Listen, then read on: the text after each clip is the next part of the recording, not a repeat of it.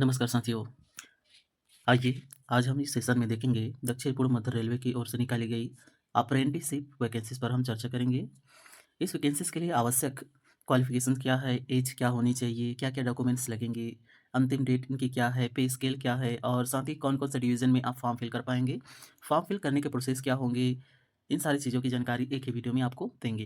Video थोड़ी लंबी होगी तो आपको ध्यानपूर्वक रीड करना होगा या देखना होगा, ठीक है। चलिए शुरुआत करते हैं। दक्षिण पूर्व मध्य रेलवे की ओर से आईटीआई पास आउट अभ्यर्थियों के लिए अप्रेंटिसशिप की अवसर आ चुका है।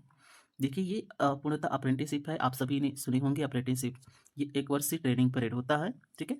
और अप्रेंटिसशिप में ऑनलाइन फॉर्म भरने के लिए आपको सबसे पहले इनकी apprenticeshipindia.government.in पर, ठीक है, लॉगिन करके आपको रजिस्ट्रेशन करने होते हैं। रजिस्ट्रेशन के बाद आपको एक नंबर्स मिलता है, उसी नंबर के थ्रू इसी वेबसाइट में ही आपको मिल जाएँगे एंगेजमेंट, ठीक है?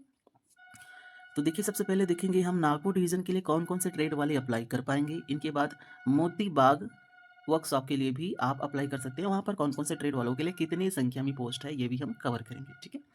वीडियो शुरू करने से पहले आप नए हैं तो हमारे चैनल को सब्सक्राइब कीजिए, क्योंकि यहाँ पर टेक्निकल से जुड़े हर एक टॉपिक पर वीडियो कंटिन्यू बनते रहते हैं, ठीक है। साथ ही बगल के बेल आइकन को ऑन रखिएगा ताकि नोटिफिकेशन आप तक टाइम टू टाइम पहुँचती रहे, ठीक है। यदि संभव हो तो आप इस वीडियो को स्क्रीनशॉट ले सकते हैं। यहाँ बॉक्स में हम देखेंगे तो टोटल 18 ट्रेड के लिए यहाँ जानकारी दी गई है। हालाँकि टोटल 25 ट्रेड के लिए जानकारी है, आगे पेज में हम देखेंगे। सबसे पहले आप फिटर ट्रेड के लिए देखते हैं तो टोटल नंबर ऑफ सीट आपका 66 है। वहीं आपका carpenter, welder, COPA, electrician, stenographers, plumber, painter, स्वारमैन, इलेक्ट्रॉनिक मैकेनिक है, डीजल मैकेनिक है आपका, देन इसके मशीनिस्ट है, टर्नर है आपका, dental library technician, hospital waste management technicians, health sanitary inspector, ठीक है। गैस कटर, ये सारी ट्रेड को आप देखेंगे तो बम्पर अपॉर्चुनिटी आया है। सबसे ज़्यादा अपॉर्चुनिटी आप देख रहे हैं 253 वैकेंसी जो इलेक्ट्रिशियन ट्रेड वालों के लिए, ठीक है। वहीं 170 सीट आपकी कॉपर ट्रेड वालों के लिए है। देन इसके बाद 110 पोस्ट आप देखेंगे डीजल मैकेनिक के लिए, ठीक है। तो आप फॉर्म फिल कर सकते हैं, बिल्कुल कर सकते हैं और ये अच्छी अवसर है आपके लिए, बिल्कुल ही ना छोड़ें। देन इनके अलावा आपके पास वैकेंसीज है वो यहाँ पर है, ठीक है। इस बॉक्स में आप देख पाएँगे कितनी वैकेंसीज़ है, आपका केवल जॉइन के लिए दिया गया है यहाँ पर, ठीक है। तो इसको आप स्क्रीनशॉट ले सकते हैं। देन यहाँ पर आपका जो वर्कशॉप है मोती बाग में, वहाँ के लिए भी आपकी पोस्ट दिख सकती है। यानी कि आप अलग-अलग करके दोनों एंगेजमेंट को आप सर्च करके फॉर्म फिल कर पाएँगे। फिटर में आपका 44 है और वहीं आप देखेंगे तो टोटल यहाँ मोती बाग वर्कशॉप के लिए 88 पोस्ट है, ठीक है।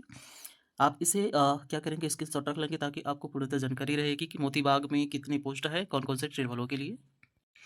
अच्छा हम ऐज लेवलिटी को हम चर्चा करते हैं तो आपकी जो उम्र है वो मिनिमम 15 वर्ष होनी चाहिए और अधिकतम 24 वर्ष, ठीक है। यहीं पर आपको जो एससी एसटी कैंडिडेट है 5 वर्ष का विशेष छूट मिल जाता है और ओबीसी वालों को 3 वर्षों का छूट मिलता है। और यदि आप एक्स सर्विसमैन या पीडब्ल्यूडी डिपार्टमेंट से आते हैं तो 10 वर्ष का छूट आपको मिल जाता है, ठीक है। तो ये काफ़ी अच्छा अवसर होने वाला है। चलिए इस पॉइंट पे हम देखेंगे कि आपका जन्म कौन से डेट से किस डेट के बीच में होनी चाहिए, ठीक है। तो युवा कैंडिडेट के लिए आते हैं तो आपकी जन्म 2001 से लेकर 2010 के बीच में होनी चाहिए। आप यहाँ पर देख सकते हैं।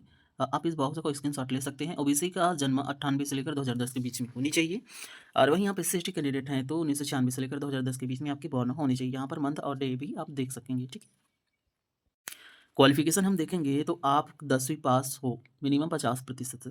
साथ ही नेशनल ट्रेड आपके पास क्या हो, सर्टिफ़िकेट्स हो, ठीक है, याद रखेंगे। National council for vocational training के साथ होने चाहिए। जिस ट्रेड के लिए आप अप्लाई कर रहे हैं, उस ट्रेड से रिलेटेड आपके पास सर्टिफ़िकेट हो। अच्छा मोड ऑफ सिलेक्शन कैसे होने वाला है? तो मोड ऑफ सिलेक्शन में आपका 50% जो मार्क्स होंगे वो 10वीं के लिए जाएँगे और 50% मार्क्स आपके आईटीआई के होंगे, ठीक है। और इन दोनों को मिला के एक मेरिट लिस्ट तैयार की जाएगी और मेरिट लिस्ट के हिसाब से आपका चयन होने वाला है। अच्छा, यदि किसी के परसेंटेज एक समान हो तब क्या होगा? उनकी उम्र को दी जाएगी वरीयता, जो बड़े होंगे उनको उस मेरिट लिस्ट में पहले नंबर्स में रखेंगे, ठीक है?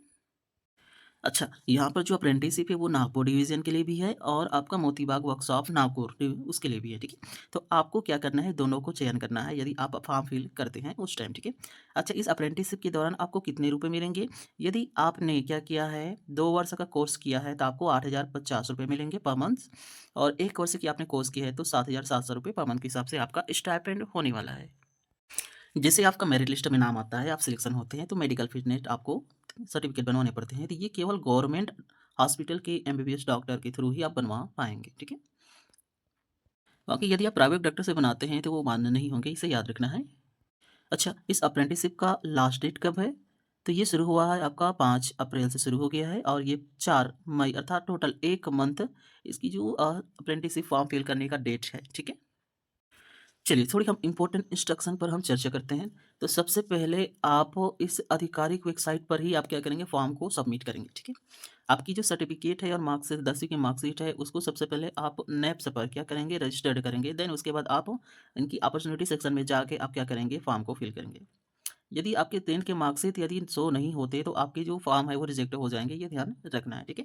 तो फॉर्म फिल करते समय या रजिस्ट्रेशन करते समय आप बेहतर ढंग से या फिर अच्छी क्वालिटी में आप फ़ोटो को अपलोड करेंगे ताकि ईज़िली से वो विज़िबल हो सके। देन इसके बाद ऐज क्राइटेरिया में आप छूट जाते हैं तो ओबीसी से हैं तो ये जो सेंट्रल सर्टिफिकेट फॉर्मेट में होना चाहिए, ठीक है? और यहीं आप एससी-एसटी से आते हैं और आप ऐज में रिलैक्सेशन चाहते हैं या छूट चाहते हैं, तो आपकी जो कास्ट सर्टिफिकेट है वो सेंट्रल फॉर्मेट का होना चाहिए, वो भी हाल ही का, ठीक है? याद रखेंगे। तो इस प्रकार से आज की हमारी वीडियो की टोटल मोटी-मोटी इम्पोर्टेंट जानकारी हमने आप तक शेयर किया। यदि वीडियो अच्छी लगती है तो लाइक कीजिए, साथ ही शेयर कीजिए और अपने दोस्तों में इसे शेयर करते हुए चैनल को आप सब्सक्राइब भी कीजिए, ठीक है? मिलेंगे नेक्स्ट वीडियो में। बहुत-बहुत धन्यवाद।